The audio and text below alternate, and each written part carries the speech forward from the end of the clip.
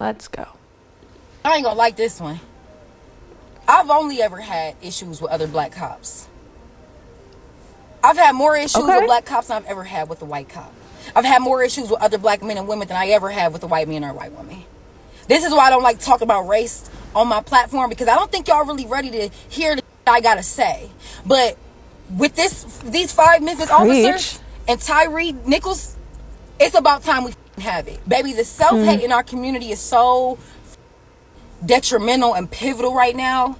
But I feel like y'all get off on giving y'all power to other people, to white people. Contrary to what the y'all see on the news, they don't even have to, they got y'all doing the work for them at this point. White supremacists and the elites, they got y'all doing the work for them now.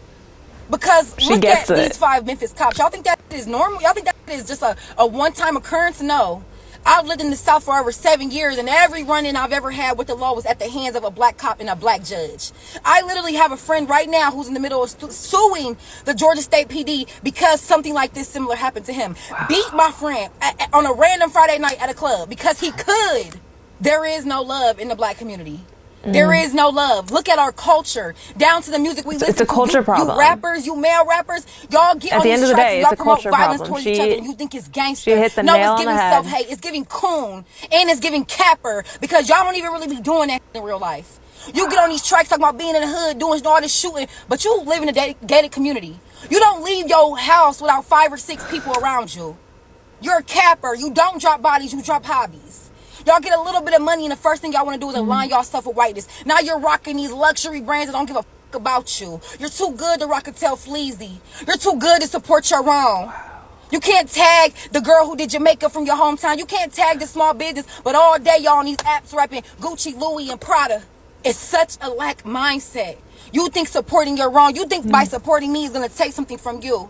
You think by giving me my flowers or somebody else their flowers is going to take something from you. The self-hate in our community is crazy, and it's absurd, and it's like nobody talks about this. Let's start talking about it. I feel like there's enough white creators who do a really good job at educating their own. When we gonna start doing that for ourselves? Because I feel like we are the only community that does not look out for one another.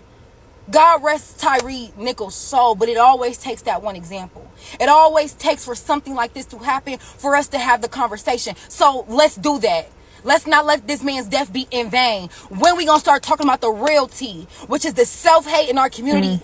It's crazy. It's crazy, and it needs to change.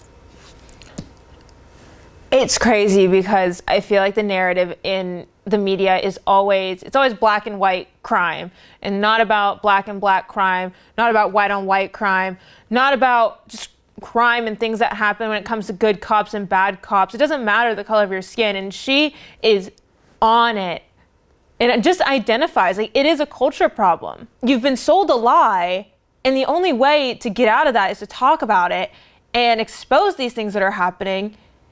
And in this case, go her. Like, go off, sis. She's preaching what I think the black community needs to hear. And there's so many amazing creators out there that are exposing the lies that are coming from the left. And she's on it. This girl's going places.